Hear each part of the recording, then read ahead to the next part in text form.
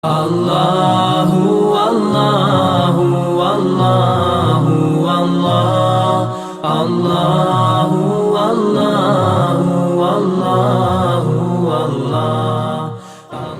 Alhamdulillahi Rabbil Alamin. Wabihi nasta'inu ala umuri dunya wad din. Wa ala alihi wa ashabihi wa man tabi'ahum bi ihsanin ila yaumiddin. Uhayyikum bi tahiyyatil Islam wa usallimukum bi ahsanis salam. Assalamu alaikum warahmatullahi wabarakatuh.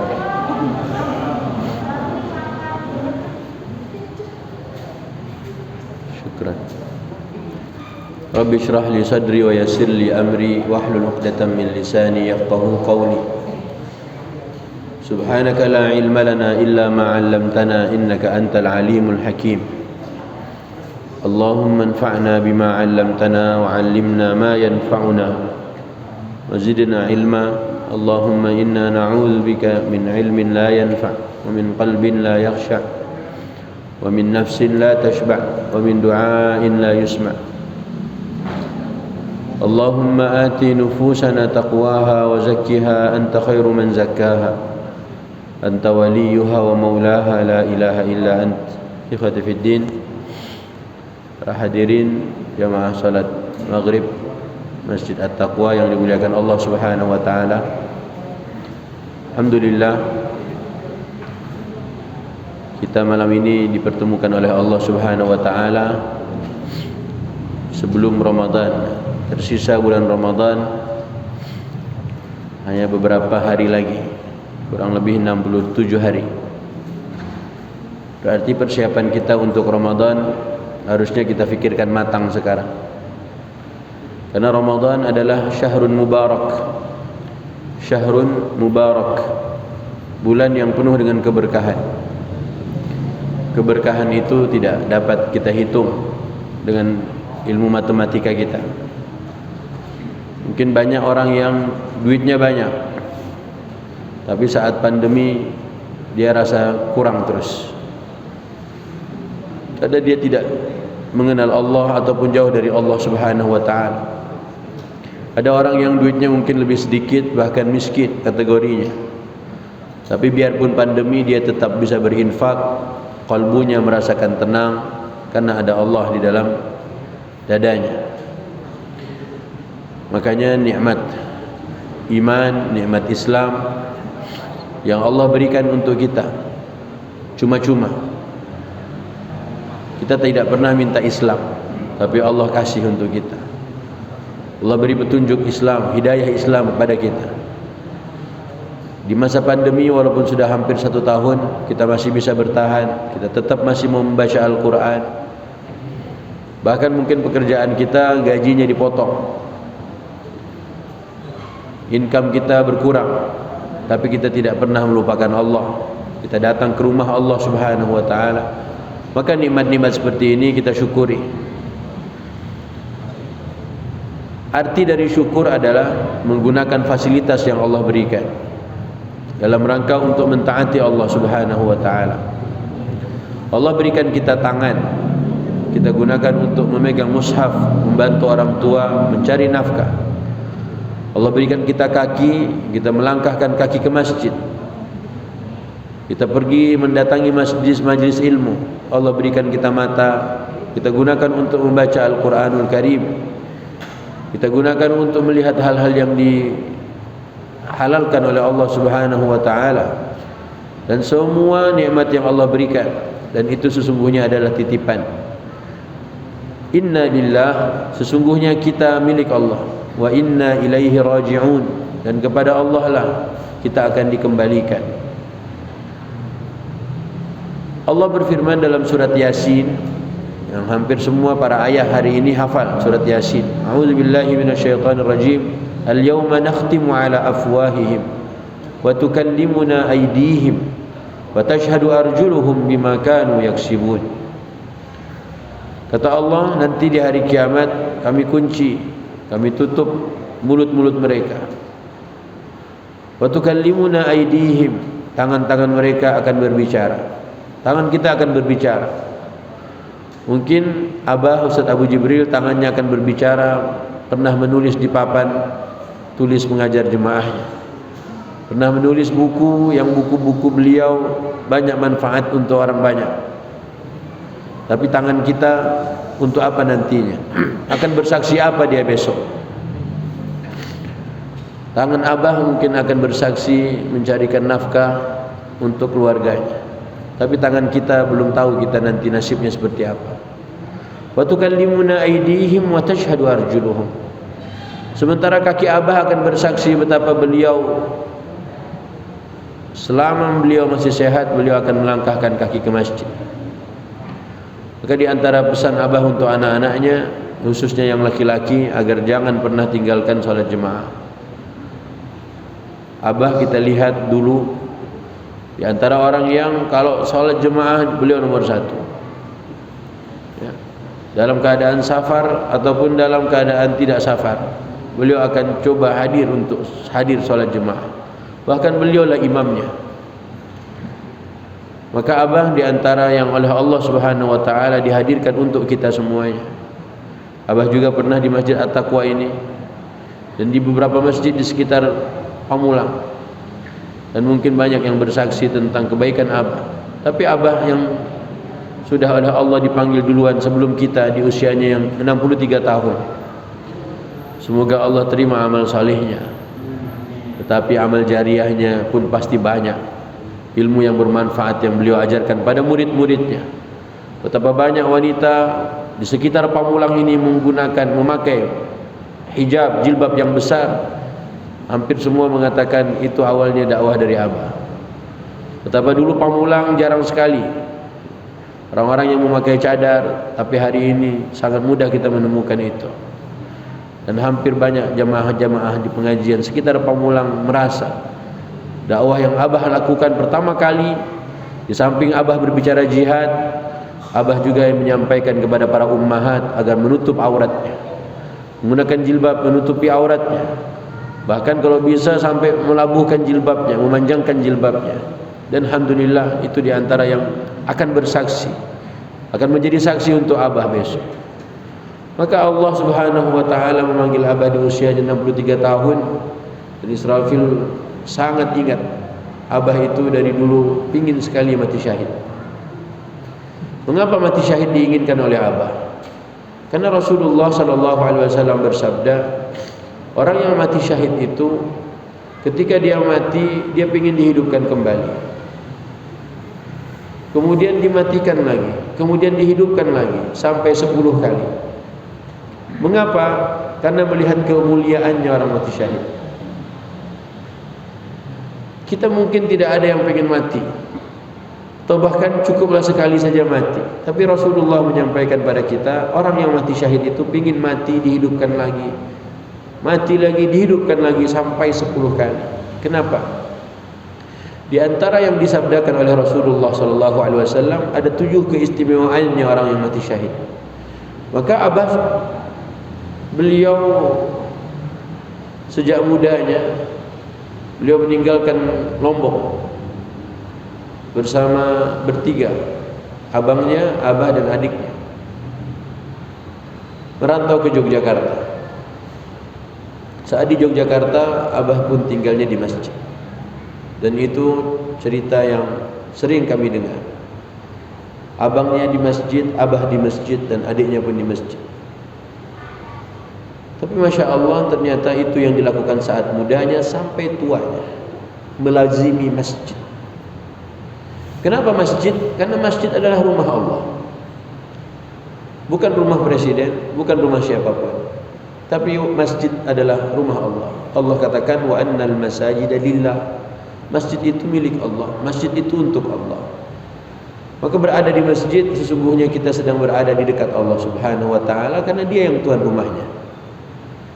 Di perjalanan waktu Abah harus mendekam di penjara. Abah bertemu dengan Ustaz Abdullah Sungkar, Abah juga bertemu dengan Ustaz Abu Bakar Ba'asyir. Kemarin sebenarnya Israfil hari Ahad ketemu dengan Ustaz Abu Bakar Ba'asyir di kediaman beliau di Geruki. Pas masuk langsung beliau katakan, insya Allah Rabu nanti saya pengen ketemu Abu Jibril. Hari Rabu saya akan berangkat jam 3 pagi. Tapi qadarullah hari Selasa kita telepon Ustaz Ba'asyir, Abah sudah meninggal dunia. Tadi malam jam 11 kita telepon video call dengan Ustaz Abu. Ustaz Ba'asyir lihat wajah Abah, itu Abu Jibril. Iya, makanya saya perhatikan dari tadi, kata beliau. Ketika itu adik-adik melihat, katanya waktu video call sama Ustaz Ba'asyir, Ustaz Abu, Abah semakin tersenyum. Wallahu a'lam. Memang Abah awalnya yang Israfil perhatikan saat dimandikan jenazahnya, Abah tersenyum. Kemudian saat kita video call Ustaz Abu semakin senyum. Mungkin kalau lama-lama Abah bisa bicara kan. Tapi ala kulli hal kita sampaikan ke Ustaz Ba'asyir. Akhirnya Ustaz Ba'asyir tidak jadi hadir ke Pamulang hari Rabunya karena Abah sudah dikebumikan hari Selasa. Jadi Abah bertemu dengan mereka berdua, Ustaz Abdullah Sungkar dan Ustaz Ba'asyir. Kemudian Abah pun pernah sekali di penjara, ya. Dakwahnya sampai ke Madura, Jawa Timur, Kalimantan dan seterusnya.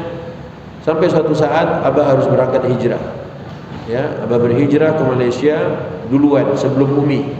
Dan ketika itu Umi masih di Rempoa dan Abah sudah di Malaysia. Umi mengandung Israfil ketika itu. Umi mengandung Israfil sampai usia 8 bulan. Kemudian Umi pun ikut berhijrah. Sampai Abah punya anak 3, Bang Jibril, Israfil dan adik Israfil yang perempuan. Abah pun berangkat berjihad ke Afghanistan. Kurang lebih 3 tahun Umi tak dapat kabar Abah. Jadi selama Abah di sana, Abah berjihad, Abah ikut bergabung dengan para mujahidin. Alhamdulillah 3 tahun kurang lebih, dan Abah pulang lagi ke Malaysia. Saat itu Arab Saudi masih memfasilitasi siapapun yang ingin berangkat akan dibantu. Makanya banyak sekali para mujahidin dari Arab yang saat perang Uni Soviet melawan Afghanistan, juga Bosnia Herzegovina melawan Serbia, tentara Serbia, itu masih para mujahid Arab masih difasilitasi oleh negara. Kenapa?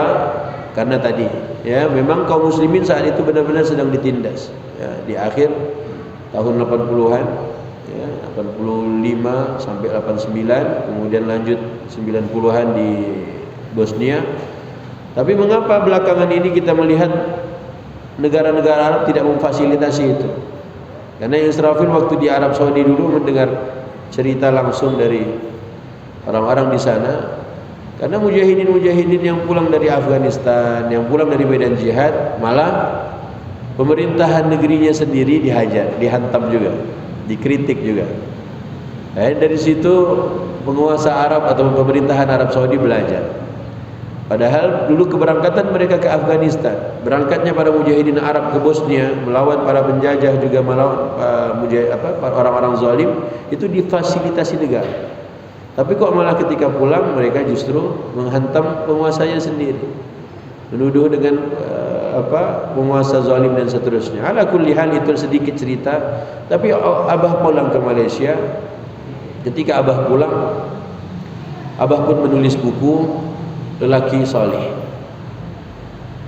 Buku Lelaki Saleh terbit pertama kali sesudah Abah pulang dari Afghanistan tahun 89. Kemudian buku itu terbit di tahun 1992 pertama kali. Yang punya naskah asli tahun 92 itu masih tulisan tangan Abah untuk kaligrafi bahasa Arabnya. Dari situ buku itu mulai beredar di Malaysia dan juga di Indonesia. Dan orang-orang tidak tahu kalau penulisnya adalah Abah, karena namanya pakai Abu. Tidak lazim ketika itu orang Indonesia menggunakan nama penanya dengan menggunakan Abu.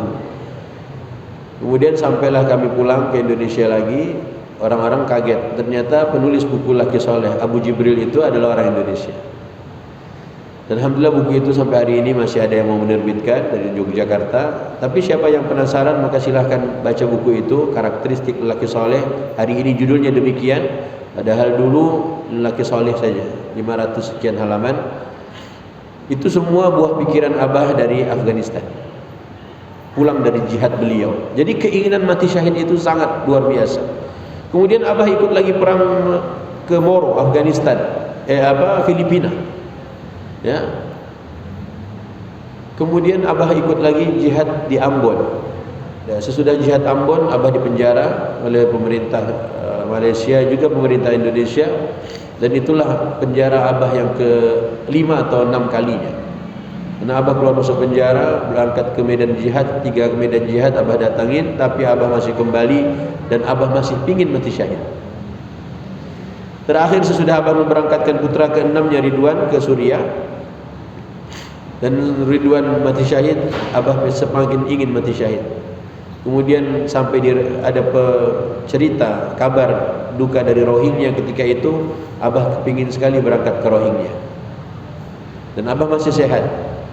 Kemudian Israfil sampaikan ke beberapa ustaz, teman-teman Abah yang ikut ke Afghanistan juga, kata para guru itu, kata teman Abah, Abu Jibril lebih dibutuhkan di Indonesia daripada di Rohingya. Abah sempat sedih waktu itu, padahal keinginannya mati syahid. Memang ada apa dengan mati syahid?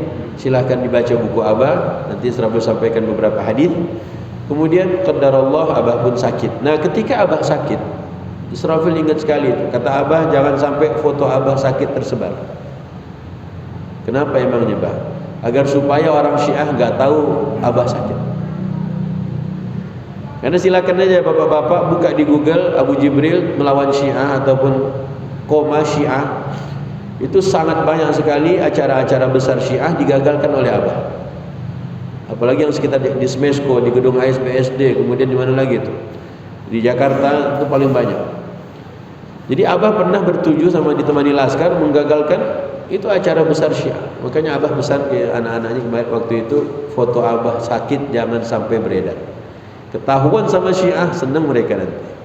Sampai segitunya jiwa seorang pejuang mujahid. Makanya buku Abah tentang lelaki soleh sepulang beliau dari Afghanistan itu sebenarnya tercermin pada covernya. Walaupun covernya hari ini belum familiar, karena Abah sendiri selalu tanya, Abah kenapa covernya begini? Emang covernya apa? Covernya warna hitam. Jadi semua bagi seorang Abu Jibril yang disebut lelaki soleh itu apa? Itu ada tercermin pada covernya. Cover Abah itu yang gambarnya orang Singapura, jemaah Abah Singapura, walaupun di penjara, Allahu a'lam apakah sudah bebas atau meninggal dunia. Jadi covernya warna hitam, kemudian ada seperti kubah masjid, kemudian ada orang yang duduk memanggul senjata di belakang bahunya, dan ada Quran di depannya sedang dibaca. Bagi seorang Abu Jibril yang namanya laki soleh itu satunya apa? Gak pernah lepas dari Al-Quran. Kenapa? Allah cerita berkali-kali dalam Quran. Masa kan mujahid tapi dengan Quran dia enggak pernah membacanya, enggak pernah melaziminya. Maka alhamdulillah kami diajarkan oleh Abah bukan dipaksa. Sejak kecil Abah mengajarkan anaknya apa? Minimal ketika kami libur sekolah, Abah ada subuh sama ba'da maghrib pasti ngaji. Kalau enggak di rumah di masjid, di musala.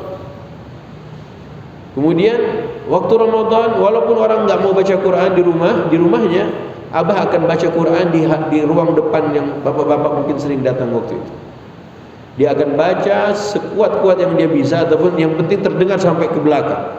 Abah akan ngaji di situ. Dia tunjukkan. Jadi Abah memberikan teladan sebelum dia memerintahkan.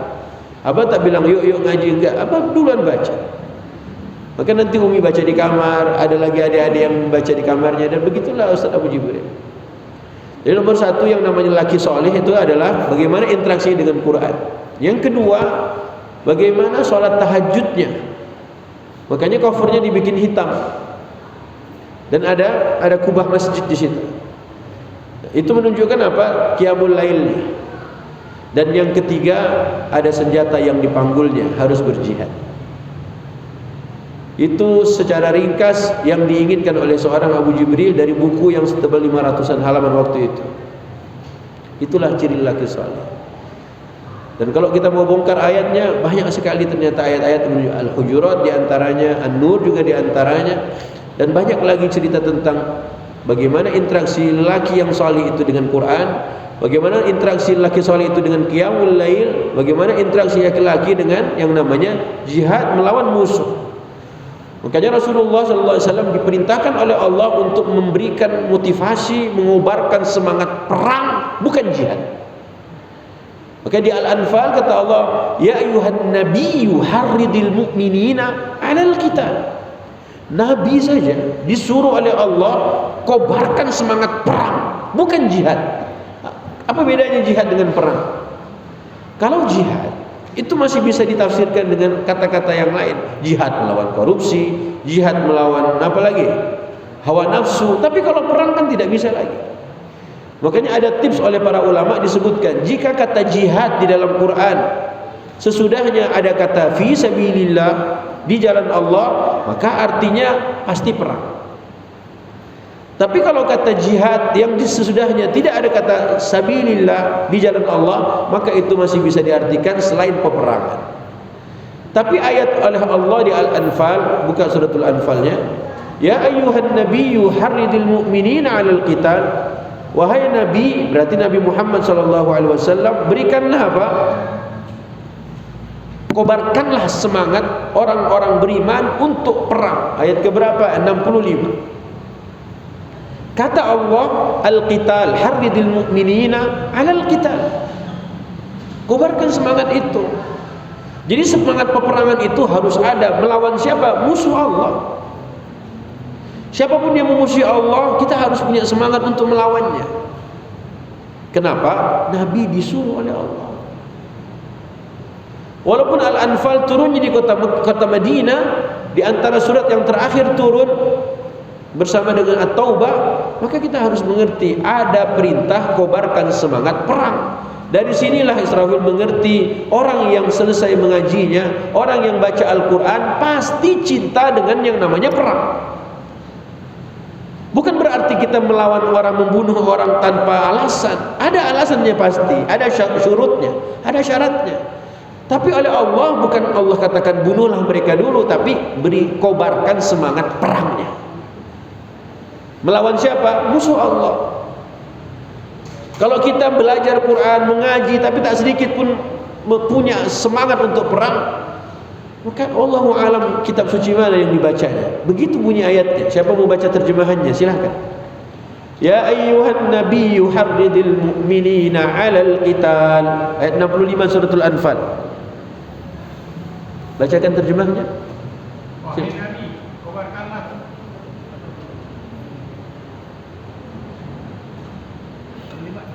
65. Wahai Nabi Muhammad, kobarkanlah semangat para mukmin untuk berperang. Nah, begitu bunyi ayatnya. Yang namanya kobarkan itu apa? Jadi orang mukmin harus punya semangat untuk melawan musuh. Jangan diam-diam baik. Udah nggak punya semangat melawan musuh, ya pandemi ya baik diam-diam aja. Makanya kalau orang baca Quran, wallahi siapa yang baca ayat ini pasti punya semangat untuk itu, karena Nabi diperintahkan oleh Allah. Allah panggil nabinya, ya ayuhan nabi harridil mu'minin, kobarkanlah semangat orang-orang mukmin 'alal qital. Qital artinya tidak ada lain kecuali perang, bukan jihad. Berarti harus ada perlawanan. Tapi apakah harus hari ini kita melawan? Nah, nanti di situ ada stepsnya. Maka bagi seorang Ustadz Abu Jibril, apa tadi? Bagaimana interaksinya laki-laki ini dengan Qur'annya? Bagaimana interaksi laki-laki ini dengan sholat tahajudnya, qiyamul lailnya? Bagaimana interaksi si orang ini dengan jihad itu sendiri? Makanya Rasulullah SAW selama di kota Makkah belum pernah sholat 5 waktu. Karena Isra Mi'raj itu terjadi sesudah 10 tahun Nabi diangkat menjadi Nabi. Sesudah 10 tahun Rasulullah diangkat menjadi Nabi, baru terjadi peristiwa Isra dan Mi'raj. Berarti kurang lebih 3 tahun sebelum Nabi berhijrah. Dan sholat 5 waktu berbarengan, hampir berbarengan waktunya dengan syariat puasa di bulan Ramadan 1 bulan.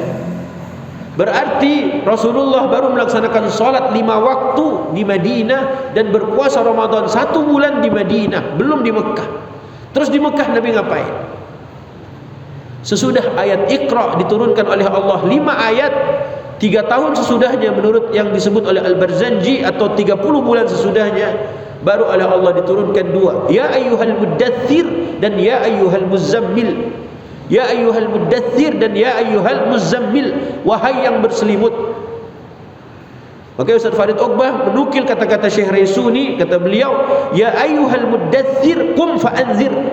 Hai yang berselimut, bangunlah dan berikanlah peringatan. Ini berarti di siang hari.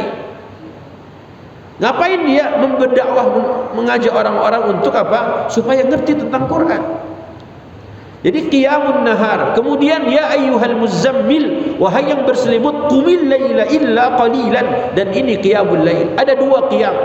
Bangun untuk berdakwah dan bangun untuk salat di malam hari. Maka Rasulullah mendakwahkan keluarga terdekatnya sebelum orang yang lain, dan Nabi SAW bangun di malam hari untuk tahajud, dan itu waktu Nabi di kota Makkah sebelum ada syariat salat 5 waktu dalam sehari 5 kali.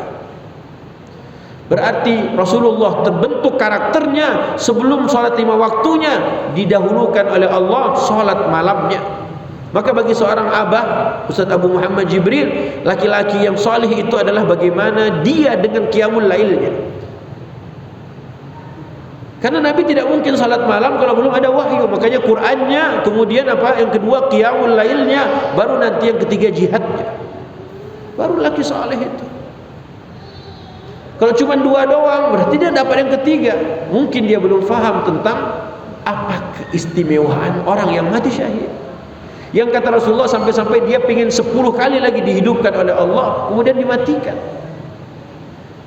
Dan itu yang Abah inginkan.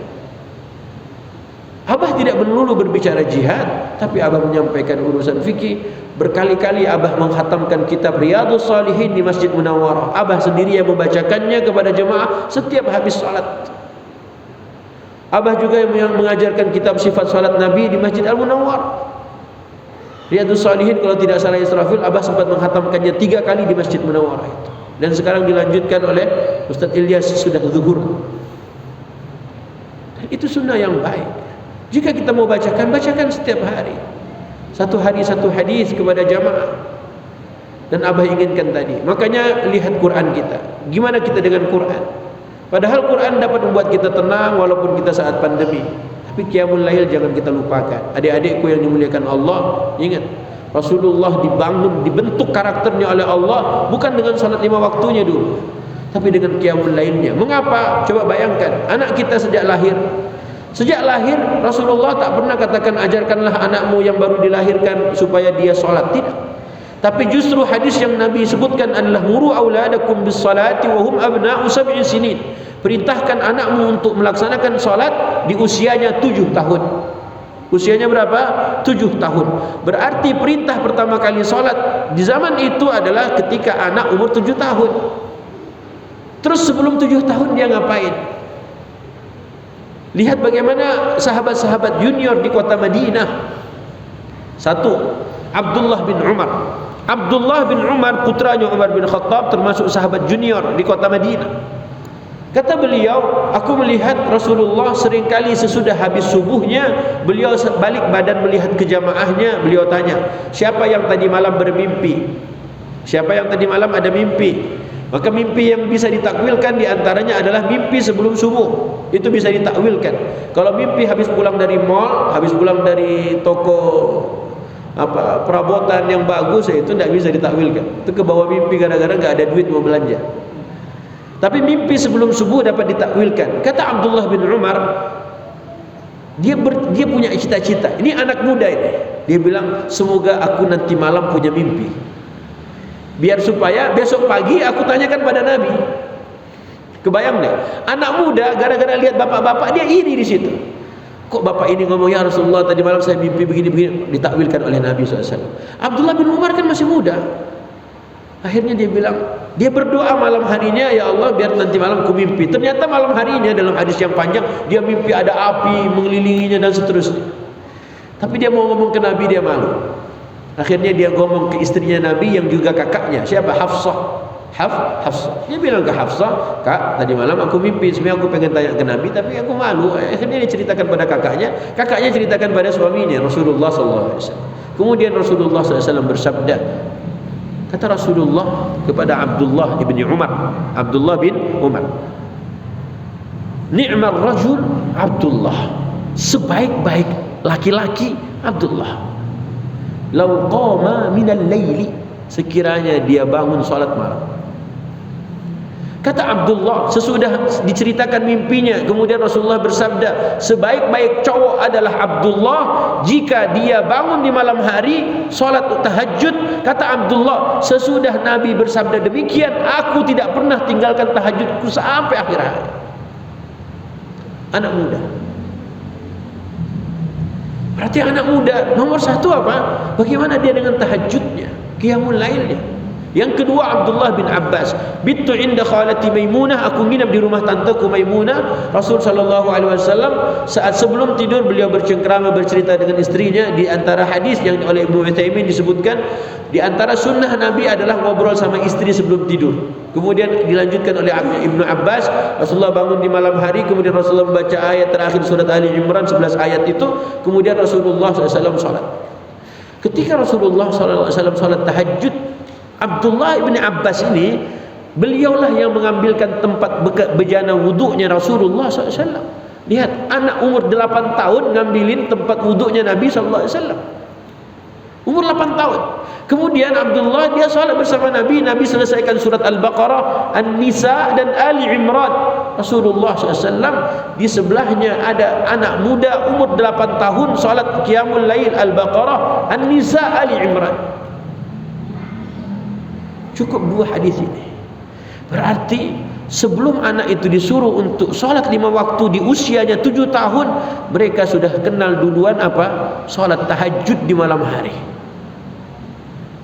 Itulah bagi seorang abah, dimanapun dalam safar beliau harus bangun sholat tahajud. Kalaupun enggak, abah sempat mengatakan shallul lail walau raka'ah, sholatlah malam walau 1 rakaat. Itu yang abah sering ulang-ulang ketika abah sedang lelah sekali.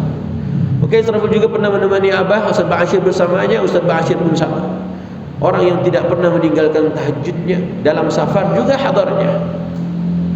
Maka adik-adikku, para ayah, tentunya para ayah semua yang bangun di malam hari, tapi buat para adik-adik, daripada kalian habisin waktu kalian main game Free Fire di malam hari, PUBG sudah diharamkan, mending kalian sholat malam walau raka'ah, walaupun 1 rakaat.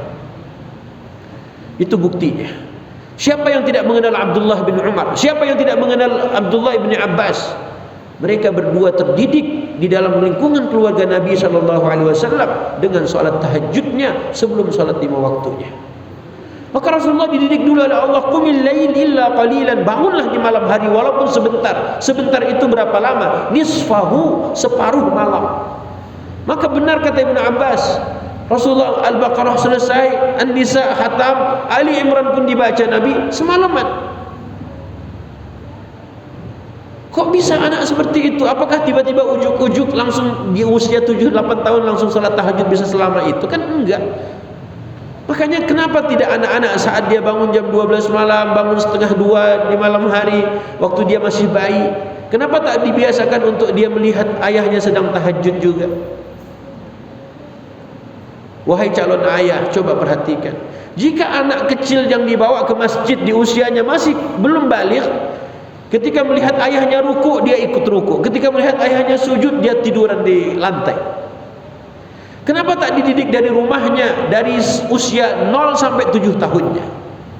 Setiap malam saat dia dibikin bangun oleh Allah di jam setengah 3, setengah 2, dia melihat ayahnya sedang bangun berdiri tahajud di pojokan kamarnya. Kenapa gak demikian? Ibnu Abbas lihat Rasulullah tidur dengan pantainya, bibinya, dan dia ceritakan apa yang terjadi di rumah itu. Maka sekiranya 7 tahun si anak sebelum disuruh untuk sholat 5 waktu, dia melihat ayahnya sholat tahajud setiap malamnya, kira-kira bagaimana anak ini nantinya? Hai para ayah, belum terlambat. Kalau bapak masih kuat, bikinlah anak yang baru lagi. Tunjukkan pada mereka setiap kali dia terjaga di setengah 2, setengah 3 paginya itu. Maka abah di antara sosok yang tidak pernah memaksakan anaknya untuk salat tahajud, tapi dia sering kali kita dengar beliau jam 2, jam 3 dia azan di rumahnya sendiri. Allahu Akbar, Allahu Akbar, Allahu Akbar, Allahu Akbar. Itu abah. Dia azan di jam 2 ngapain? Dia azan jam 3 ngapain? Di rumahnya sendiri. Hanya ingin memberi pesan pada anak-anak yang masih di kamar itu. Mungkin yang sedang di depan laptop dan di depan gamenya itu. Ayo para ayah, abah lebih dahulu memberikan tauladan yang baik untuk anak-anaknya. Baca Qur'annya, qiyamul lailnya, bahkan jihadnya lebih duluan kita lihat. Dulu setiap kali kita tanya abah kemana, Mi, pasti Umi menjawab abah sedang jihad. Dia berceramah, dia berdakwah, Umi cuma bilang abah lagi jihad. Gak ada Umi pernah bilang abah lagi ngantor. Gak ada. Dan itu yang terekam dalam benak anak-anak abah, salah satunya Israfil. Abah punya 16 anak, Israfil nomor 2-nya. Ayo para ikhwah, para ayah. 3, bagaimana interaksimu dengan Quran? Ramadan sebentar lagi. Bagaimana qiyamul lailmu? Dan yang ketiga, jihad kita, amal jihad kita. Bukan untuk diri kita, tapi untuk li'ila'i kalimatillah. Semoga Allah terima abah menjadi orang yang tergolong mati syahid. Kata Nabi SAW, man sa'alallaha syahadata bisidqin ballaghahu manazil syuhada wa in mata ala firashihi.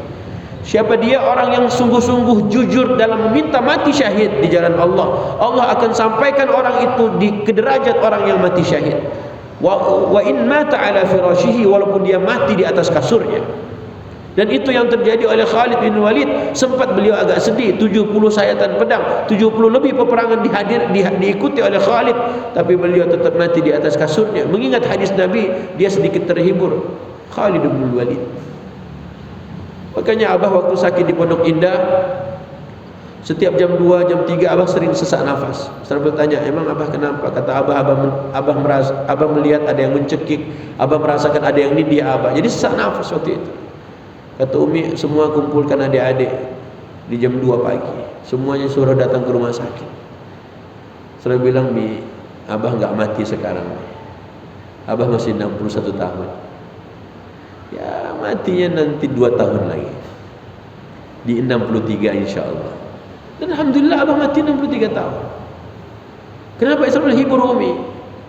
Kenapa Rasulullah wafat 63 tahun, Abu Bakar wafat 63 tahun, Umar bin Khattab wafat 63 tahun. Kata Nabi, a'maru ummati baina 60 wa 70. Rata-rata umatku ini umurnya antara 60 sampai 70. Bapak-bapak yang 62 tahun, setahun lagi insyaallah. Ustaz, jangan kamu takut. Yang 63 ntar lagi itu. Ustaz, ngapain takut? Ibnu Qayyim ditanya, kenapa orang-orang takut sama kematian? Kata Ibnu Qayyim, karena dia bikin rumah di dunia. Orang yang takut mati itu karena dia bangun rumahnya di dunia. Orang yang mau mati karena dia bangun rumahnya di surga. Itu bedanya. Ini pas pandemi semua rata-rata renov rumahnya. Yang kayak gitu takut mati itu. Lihat aja nanti. Ibnu Qayyim menjawab, mereka yang takut pada kematian karena membangun rumah di dunia, yang pengen mati karena bangun rumah di surga. Pilih yang mana? Tapi alhamdulillah abah dari dulu Allah berikan nikmat yang banyak, karunia yang banyak. 3 ini Israfil lihat dari abah, dan Israfil tutup. Ya. Kenapa abah ingin sekali mati syahid? Kata Nabi, lisyahidi indallahi sab'u khisal. Orang yang mati syahid itu mendapatkan 7 keistimewaan. Yang pertama, yufaru fi awwali daf'atin min damih. Saat darahnya tetes ke bumi, satu tek pertama kali, semua dosanya diampunkan oleh Allah. Siapa yang enggak ingin dosanya diampunkan? Doa ayahanda kita Adam alaihissalam, dia inginkan, wa illam taghfir lana wa tarham. Jikalau engkau tak ampunkan kami, kalau engkau tidak sayang pada kami, rugi kami ya Allah. Yang kita inginkan adalah ampunan Allah Subhanahu wa taala. Makanya kata Nabi, tetes darahnya tumpah pertama kali, semuanya hapus dosa-dosanya. Maka ketika orang yang gugur di medan perang, tertembak mungkin di medan perang, kata Nabi, ma min yaklumin yuklamu fi sabilillahi illa wa ja'a yaumal qiyamati wa kalbuhu yadma al-launu launu dammar rihu rihu misk. Maka orang-orang yang mati syahid nanti saat di padang mahsyar di hari akhirat dia dibangkitkan, dia mengalir darahnya masih merahnya darah, harumnya harum kasturi. Ke darahnya tetes ke bumi. Yang kedua, wa yura maq'adahu minal jannah. Coba bapak-bapak semuanya pejamkan mata 1 detik aja. Bismillah, pejamkan semuanya matanya. Buka lagi. Ngelihat apa barusan? Ngelihat apa barusan? Hitam. Kata Nabi, orang mati syahid, pejam matanya, Allah tampakkan langsung tempatnya di surga. Kayak waktu mandiin abah kok senyum dia. Makanya yang datang jam 12 malam, jam 1 ke rumah Abah, Abah itu sedang berkeringat walaupun dia meninggal jam 11.05 itu. Saya bilang ke Umi, alhamdulillah Abah wafatnya umur 63 sama dengan wafatnya Nabi SAW. Kemudian yang kedua, Abah meninggal di hari Senin pas Nabi SAW juga wafat. Hibur Umi. Ya untuk apa lagi? Ya hiburlah orang yang ditinggal oleh suaminya. Habis waktunya. Yang ketiga, lanjut ya, kita enggak usah cerita itu. Yang ketiga, sesudah ditampakkan tempatnya di surga, yang ketiga wa yujaru min azabil qabr, disiksa di dalam kubur orang yang tidak menjaga auratnya, kemudian yang tidak menjaga kebersihan pipisnya, kencingnya, tapi orang mati syahid selamat dari siksa kubur. Yang keempat, ya'man amin, dia diberikan keamanan yaumal faz'il akbar, ketika goncangan huru hara hari kiamat, semua orang lari kayak seperti yang dibaca oleh imam tadi salat maghrib, surat Abasa, yauma yafirrul mar'u min akhihi dan seterusnya. Orang yang mati syahid, kata Allah, kata Nabi, dia aman dari goncangan hari kiamat. Yang keempat, wa yudha'u ala ra'sihi tajul waqar, dipakaikan di atas kepalanya mahkota yang setiap batu mulianya khairun minad dunya wa ma fiha, lebih baik dari dunia seisinya. Kemudian yang kelima, Allah Subhanahu wa taala izinkan untuknya apa? Allah berikan untuknya 72 bidadari. Berapa? 72 bidadari. Dari kalangan manusia, bukan, dari kalangan bidadari, minal huril ain. Yang pertama, apa tadi yang pertama? Diampunkan dosa. Yang kedua, ditampakkan tempatnya di surga. Yang ketiga, siksa kubur dia enggak merasakan. Yang keempat, aman dari huru hara hari kiamat. Yang kelima, dipakaikan mahkota. Yang keenam, dikawinkan dengan 72 bidadari. Abah istrinya di dunia ada 3. Yang pertama anaknya 11, yang kedua istri anaknya 3, yang ketiga anaknya 2. Ustaz kau baru tahu? Alhamdulillah sekarang tahu. Ustaz Rafil enggak tahu kalau jangan-jangan ada yang keempat juga itu. Tapi belum ada yang datang. Saya istri Abu Jibril yang keempat, belum tahu itu. Kalau sampai ada, mungkin banyak juga anaknya. Kemudian apa? 72 bidadari. Emang kuat. Kata Nabi, di surga besok kalian para laki-laki, kekuatan kalian 100 orang laki-laki. Untuk apa 100 laki-laki, istrinya cuma 2? Ya kan? Makanya Allah berfirman, azwajun mutahharah, istri-istri yang suci, itu minimal nanti di surga semua masing-masing punya 2 minimal. Kalau di dunianya 3 berarti 5 besok. Tapi orang yang mati syahid 72. Kemudian yang terakhir, wa yushaffa'u fi 70 min aqaribihi, dia diberi izin oleh Allah untuk memberikan syafaat bagi 70 kerabatnya. Dan itulah beberapa cerita dan nasihat. Kata Allah apa? Kobarkan semangat perang orang-orang beriman itu, bukan jihad. Dan insyaallah kapan-kapan kita lanjut. Wallahu a'lam bishawab. Subhanakallahumma bihamdik, asyhadu an la ilaha illa anta, astaghfiruka wa atubu ilaik. Billahi taufiq hidayah. Assalamualaikum warahmatullahi wabarakatuh. La ilaha illallah Muhammadun Rasulullah, alaihi salatullah wa alihi wal ahibba.